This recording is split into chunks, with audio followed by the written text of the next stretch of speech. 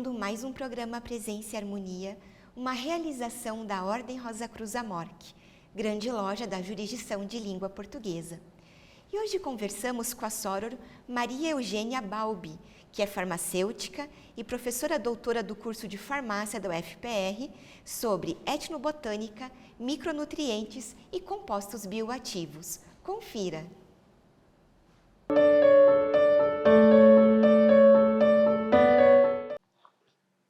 Soror Maria Eugênia, que bom recebê-la aqui no programa Presença e Harmonia.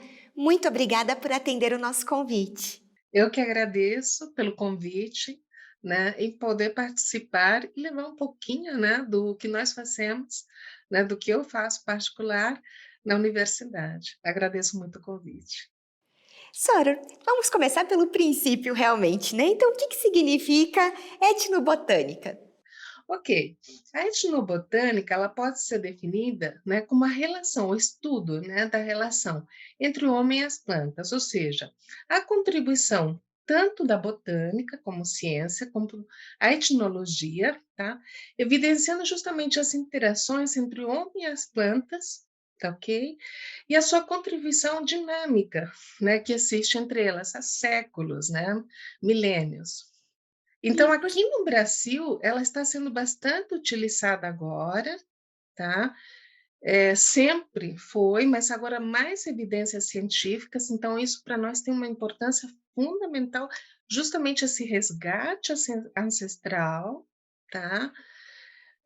Tanto de diversas culturas, tanto indígena, né, quanto as que vieram da Europa, né, e agora outros continentes, nós vemos cada vez mais a África, né, vindo plantas, né, oriundas da África para serem utilizadas pela nossa população. Então, isso é bem interessante como se comporta, né, como a dinâmica e a aceitação tanto do público, né, quanto principalmente da comunidade acadêmica ou comunidade médica, vamos colocá-la assim. perfeito, certinho. Soror, quando a gente fala em etnobotânica, a gente possivelmente nós lembramos dos chás medicinais e fitoterápicos. Você pode nos explicar qual a diferença entre eles? Um chá medicinal seria uma droga, né, medicinal, né, uma droga, uma planta, né, seria justamente uma parte da planta ou a planta inteira, né, seja usada o tubérculo, né, o caule, a folha ou uma flor, né, ou até a semente, né, e ela vai ser utilizada, aquela parte, seja numa forma de infusão de chá, tá, ou num emplastro, tá ok? Um fitoterápico já seria uma parte dessa planta, tá? Que ela vai estar sendo utilizada numa composto farmacêutico, ou seja, numa forma farmacêutica, seja uma cápsula, um glóbulo, tá? Então pode ser até mesmo um extrato vegetal que foi extraído da planta, tá? Mas tem uma mistura de substâncias ali. Então, um fitoterápico seria uma forma farmacêutica, por assim dizer, pode ser até um xarope, tá? E a erva medicinal ou a planta medicinal já seria a parte da planta em si, tá ok? Perfeito. Existe alguma restrição no uso das plantas, principalmente naquelas que a gente geralmente, né, já utiliza em casa, já são as mais conhecidas? Sim, existe. Infelizmente, nós tivemos um caso recente de uma pessoa que utilizou um chá e que desenvolveu uma patologia que, infelizmente, né, levou ao óbito, foi bastante documentada recentemente, né? Por quê? Porque essas plantas elas precisam, né, estar devidamente catalogadas, estudadas, né? Hoje em dia não se concebe que se diga uso medicinal ou tem atividade terapêutica se não estiver comprovado, né? E principalmente se não houver, por exemplo, contaminações, né? Porque às vezes as plantas são muito próximas, parecidas, né, anatomicamente umas com as outras. E se também se estiver triturada, né? Por exemplo, muitos chás estão triturados, a gente não sabe se é aquela erva ou não. Então a gente tem que confiar justamente naquela pessoa que nos forneceu, né? Lembrando também que uma planta, ela não tem somente um princípio ativo, né, ou um composto bioativo, elas são uma mistura desses compostos. Então temos que ver até onde ela foi plantada, por exemplo, tem algumas regiões, né, no planeta que você não pode utilizar de jeito algum, né, determinadas plantas, porque o solo está contaminado, tá? Como acontece, por exemplo, na Argentina, em uma parte da Argentina, tá? Que o solo é contaminado com arsênico, então você não pode utilizar. E as plantas para uso terapêutico, né, elas têm que ser provenientes, aqui no Brasil principalmente, de cultivo orgânico, ou seja, ela não pode ter nenhum, né, associação, tá, com agentes agrotóxicos, não pode ser nenhum pesticida pode ser ali utilizado, então só cultivo orgânico. E como se identifica, né, se aquele produto fitoterápico ou erva medicinal triturada é dessa espécie que está sendo anunciada no rótulo, como a senhora estava comentando agora para gente? Então, para você obter, né, essa planta medicinal, primeiro é assim, você tem que entrar, né, numa plataforma nacional, tá, pelo governo brasileiro, para estudar essa planta ou produzir, né, esse fitoterápico, tá? Para uma vez entrado e cadastrado o pesquisador ou o fabricante, ele tem é, que fazer o seguinte: na coleta da amostra, tá? Ele tem que coletar, ele tem que mandar para um herbário onde vão classificar botanicamente, em gênero, espécie, né? Se aquela planta é mesmo aquela planta mesmo, ou se é uma variedade, porque ela pode produzir um composto diferenciado, tá? E dessa forma, ele vai secar, né? Triturar. Se for uma planta, né? Uma droga medicinal, né? Uma erva medicinal que será utilizada para chás, ela só vai triturar e colocar em um saquinho, né? Com os devidos cuidados, né? Todos os testes também eles têm que estudar para saber mesmo um chá. Ele tem que fazer o teste anatômico, ele tem que ver na parte microscópica também pequenas estruturas que são características daquela planta, tá? E ele também tem que fazer um controle químico, né, de compostos que naturalmente eles têm que estar ali naquela planta, tá? Como se fossem marcadores. Ah, essa planta é esta mesmo. Tem esta substância, são chamadas marcadores. E também ele tem que fazer um controle biológico, tanto para a planta que será feito um extrato, quanto o chá. Todas elas possuem o mesmo procedimento, tá ok? Então, elas são muito estudadas, justamente para quê? Para que não haja, né, uma interação, como eu falei antes, que possa ter uma planta similar, né, seja, por exemplo, do mesmo gênero, mas de uma variedade diferente, uma espécie diferente, tá?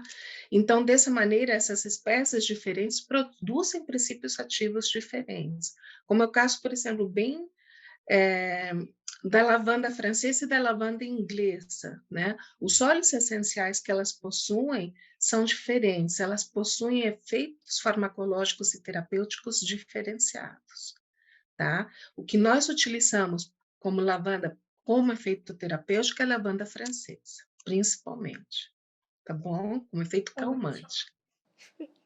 Perfeito. E aí, já que a senhora estava falando dessa questão da diferença dos princípios, né?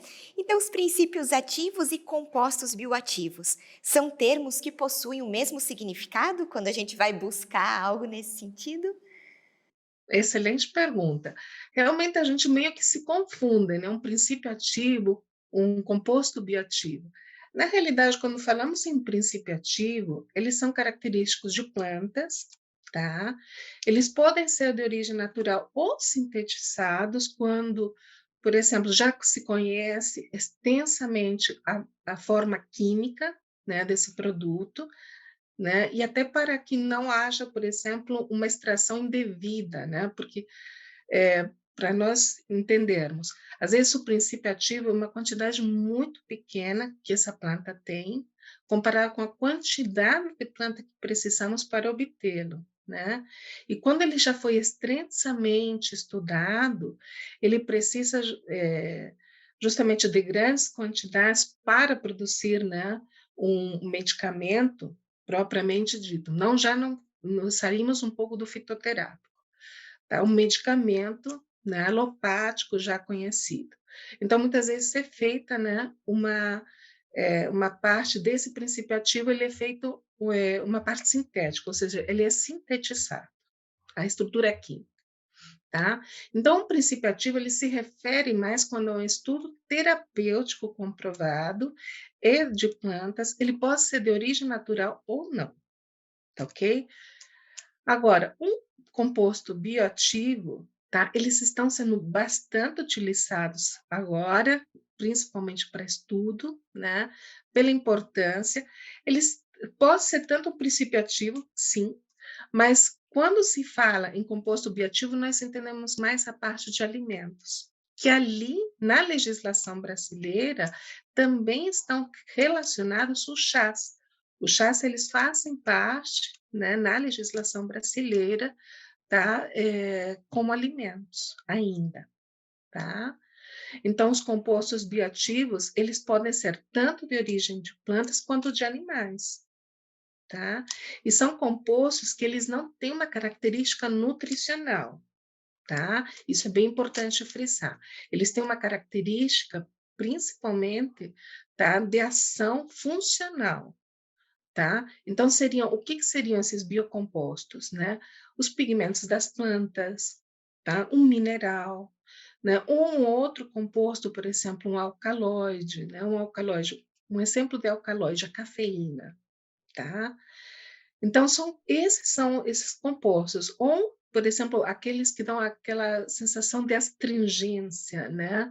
Quando a gente vai comer uma banana muito verdinha, que parece que a nossa boca fecha, né? Essa sensação de astringência, essas substâncias, elas também têm características, né, que podemos considerá-las como compostos bioativos, né, e tem um efeito, né, terapêutico ou, pelo menos, né, que auxilie, né, na restauração da saúde ou na manutenção da saúde. Ótimo. E Soror, né, agora, como que são realizados esses estudos, né, para verificar a qualidade terapêutica e ou nutricional de uma planta ou um produto, como a Soror estava nos explicando? Então, a qualidade, né, para sabermos, né, então além daqueles que nós já falamos antes, né, eu tenho que coletar a planta independente, seja ela terapêutica ou nutricional. No nosso laboratório, quando eu vou dar aula para os nossos alunos, né, se eles vão pegar uma planta, tá, é até importante isso, de levarmos para o herbanário, tá? Então, aqui nós levamos tanto para o da própria universidade, tá, da UFPR, mas também nós temos um aqui no Jardim Botânico, que faz essa classificação também. Então, essa classificação é importante. Quando é para uso alimentar, né, nós fazemos as análises todas da composição de nutrientes, né? Então, a quantidade de proteínas, a quantidade de lipídios, de carboidratos que ele tem, né? De fibra, né? Toda a parte nutricional do produto, tá? E se na literatura nós encontrarmos, como já encontramos, né? Por exemplo, um bulbo que parecia uma cebola, que as pessoas estavam utilizando de forma medicinal, tá? Para restauração, né? Da saúde, principalmente estomacal, ou seja, ela tinha a característica de aliviar, né? As dores, né, provocadas por úlceras estomacais, né? Só que quando nós fomos ler na literatura, elas em outros países, porque ela não era oriunda daqui do Brasil, era utilizada como veneno para rato. Então nós levamos um susto, porque já tinha uma parte da população que estava sendo utilizada a isso. Então imagina o susto que nós Uhum. tivemos, né. Então aí sim nós, sugerimos a outro laboratório que façam essa análise justamente desses produtos, né, fitoquímicos, né, estudos fitoquímicos para verificar qual é a parte, né, que possa ter, né, algum veneno ou uma característica antinutricional para evitar justamente que seja utilizado, tá. Então quais são esses estudos? São estudos químicos, ou seja, se estuda a estrutura química, né, do que está sendo ali analisado, são várias estruturas, tá. São elucidadas essas estruturas em caráter molecular, e muitas vezes se faz um estudo biológico com animais, tá, para verificar se há ou não uma característica, seja nutricional, seja terapêutica, ou mesmo, tá, que possa destruir, né, alguma célula, por exemplo, ou algum mecanismo metabólico, né, e que possa ocasionar algum mal, tá. Então, hoje em dia, com o avanço, né, das técnicas, tanto químicas, né, quanto a nível microscópio, biomoleculares, né, hoje nós temos, assim, cada vez mais respostas até de coisas que já foram extremamente estudadas, né. E é bem interessante, porque é uma cadeia, né, que acontece, né. Por exemplo, lá na biomolecular, né, estudaram que a morte celular se opera de tal maneira. E aí, hoje, se descobriu mais um outro mecanismo. Aí alguém que estuda a AIDS, por exemplo, poxa, mas como é que o vírus atua então? Dessa maneira ou dessa maneira? E alguém que estuda a farmacologia viu, poxa, mas esse mecanismo está muito associado com aquela química, né, daquela estrutura que também pode estar ali.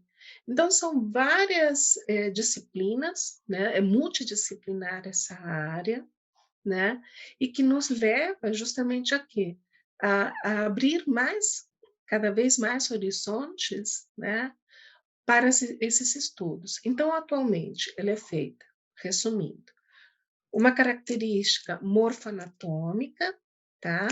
Uma característica microscópica para verificar aquelas estruturas, né, organelas que estão ali presentes, a estrutura, né, dos marcadores químicos, tá? Ah, tem esta estrutura, ok. A característica da estrutura química, ou seja, como é que é a molécula em si, se tem uma diferença, se tem uma mistura de moléculas que são parecidas, nós chamamos muitas vezes mistura racêmica, tá? Quando estruturas muito parecidas, só que diferem só uma posição de um hidrogênio ou de um carbono, né? Ela pode dar uma modificação muito grande na estrutura, principalmente a nível terapêutico, tá? Os ensaios biológicos, inicialmente para ver se não há toxicidade, né, principalmente, e depois desses ensaios biológicos são feitos, aí sim, né, os ensaios clínicos, né, utilizando-se, né, já devidamente estudados, os pacientes, como os pacientes respondem a essa medicação. Qual que seria a dose correta, qual que seria o tempo correto, tá, de utilização. No caso, né, desses fitoterápicos, das plantas medicinais e dos biocompostos, é o que mais a gente estuda, né, no nosso laboratório, seriam os biocompostos. A gente justamente observou, né, como os antioxidantes, né, por exemplo, a vitamina C, a vitamina D, né, que nessa época de pandemia foram tão faladas, né, elas também não servem somente, né, para a parte imunológica, né, mas elas auxiliam e muito, né, em todo o metabolismo, né, para diabetes, principalmente, para câncer, também na prevenção. Então, muitos já devem conhecer a ação do licopeno, que está lá presente no tomate, né, para câncer de próstata. Mas a utilização, como é que é feita? Ah, eu tenho que comer tomate só? Não. Você vai usar o quê? O molho de tomate, ou seja, o licopeno, o tomate que já foi bastante cozido. Você pega o tomate, cozinha bem, porque aí o licopeno sai da célula, né? E aí você tem ele mais concentrado. Então, quanto mais cozido for aquele molho de tomate, né, melhor, né, a utilização desse princípio ativo. Mas isso foram justamente estudos, né, para saber qual a forma correta de consumi-los, né? In natura, tem que ser um suplemento, como, por exemplo, o caroteno. O que é melhor? O caroteno, que seria uma vitamina A, uma previtamina A, tá? Consumi-la ela ao natural ou consumi-la ela pura, né? Já purificada. Então, claro, isso vai depender justamente de cada caso. Em casos que estejam extremos, né? Por exemplo, há uma carência muito grande, o médico já receita, se for mesmo, uma suplementação, né? Já com princípio ativo, aí sim, um princípio ativo, né? Isoladinho numa forma farmacêutica, tá? Pode ser fitoterápico ou não. Neste caso em particular, né, um medicamento alopático, tá? Então, justamente são essas características, né, que nós vemos, né, em plantas, que temos que tomar os devidos cuidados. Isso, excelente, Soro. E, né, assim, para a gente concluir essa parte da questão dos estudos, né? Sei que a senhora já deu umas pinceladinhas a respeito disso. Mas qual a utilização, então, científica, né, desses produtos naturais para a preservação da saúde ou para a cura de doenças, até como a senhora estava comentando agora, né? E a comunidade médica e científica, ela está estudando, né, os efeitos desses produtos? Eu até ampliaria talvez um pouco mais. De que maneira, então, hoje até no Brasil, né, está sendo cada vez mais incorporado essa questão da etnobotânica ou dos produtos fitoterápicos? Eu estou muito feliz em te colocar que já fazem alguns anos já que o SUS, nosso Sistema Único de Saúde, que ele é extremamente elogiado, né, Brasil afora, né, pelas características que ele possui, que ele está utilizando essas plantas medicinais, inclusive em alguns locais tem até hortos exclusivos, né, de plantas medicinais, e que as pessoas podem ir lá solicitá-las, né, ou seja, elas in natura, recém-cultivadas, né, recém-extraídas, né. A comunidade médica também, né, já tem um grupo grande de médicos que estão estudando sobre isto, né. Em alguns currículos ainda não estão sendo ainda estudados, mas está sendo justamente colocado como se fosse uma especialização à parte, né. Agora, cientificamente, eles sempre foram muito estudados, justamente para quê? Para que eles possam extrair esses princípios ativos. Nos últimos anos, os biocompostos, preferencialmente, né, como as vitaminas, os micronutrientes, né, os pigmentos presentes em plantas, né, eles estão sendo muito estudados a nível clínico, tá? Só que ainda não podemos, estatisticamente falando, né, porque até isso a gente tem que verificar se o estudo foi concluído ou não, se ele me deu uma resposta ou não, né. Então, até hoje nós estamos ainda a passos lentos, tá, porque os ensaios clínicos que são feitos, muitas vezes, são utilizados, eh, uma quantidade diferente entre um estudo e outro, então eu não posso comparar, ou tempos diferentes de utilização, tá. Por exemplo, para que eu veja se, a utilização, por exemplo, de alguns princípios ativos, né, em parâmetros bioquímicos, como, por exemplo, índice de gordura, né, o teor de gordura, HCl, HDL, no HCl, perdão, HDL nos parâmetros bioquímicos, tá? Ou até mesmo de glicemia, né, a hemoglobina glicada, elas têm que ter uma duração de 3 meses.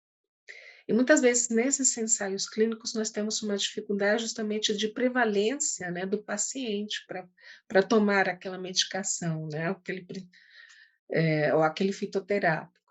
Então, muitas vezes, né, há um tempo muito curto, às vezes eles fizeram de 3 meses ou 1 mês, né, então esses parâmetros bioquímicos não tem como mudar, né, porque para sabermos se houve alteração ou não, ele tem que passar um tempo mínimo, tá, para ver se há uma redução ou uma melhoria nas características, tá. Mas hoje em dia está cada vez mais sendo estudado, tá, pela comunidade científica, incluindo toda a área de saúde, tá, em todos os segmentos da saúde, não só medicina, farmácia, nutrição, enfermagem, tá, mas até fisioterapeutas, psicólogos, em psiquiatria, no que você imaginar, temos estudos, né.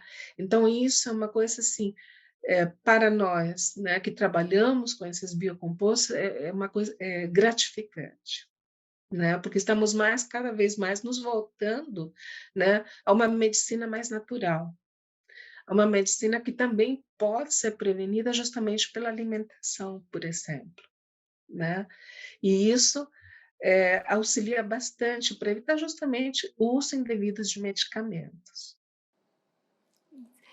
Perfeito. E senhora, assim, né, hoje em dia até muita gente às vezes recorre aos fitoterápicos, mas sem uma indicação, no caso médica, né. Até falando daquela questão lá do início a respeito dos princípios da gente não né, o leigo não conhecer a respeito deles. Isso de fato, às vezes essa corrida: eu vou tomar essa vitamina ou vou utilizar esse tipo de chá", pode ser realmente danoso à nossa saúde? Quando nós utilizamos, né, um fitoterápico e ele foi receitado por um profissional da área de saúde, o profissional sempre verifica, principalmente o médico, né, ele vai verificar se há alguma idiosincrasia prévia. Por exemplo, um problema de fígado, né, um problema de estômago, outra, eh patologia que pode estar mascarada num sintoma, né? Aí tudo bem. Se for um profissional da área de saúde, até mesmo um farmacêutico, você vai lá na farmácia, um farmacêutico, tá? Farmacêutico mesmo. Ele vai te orientar.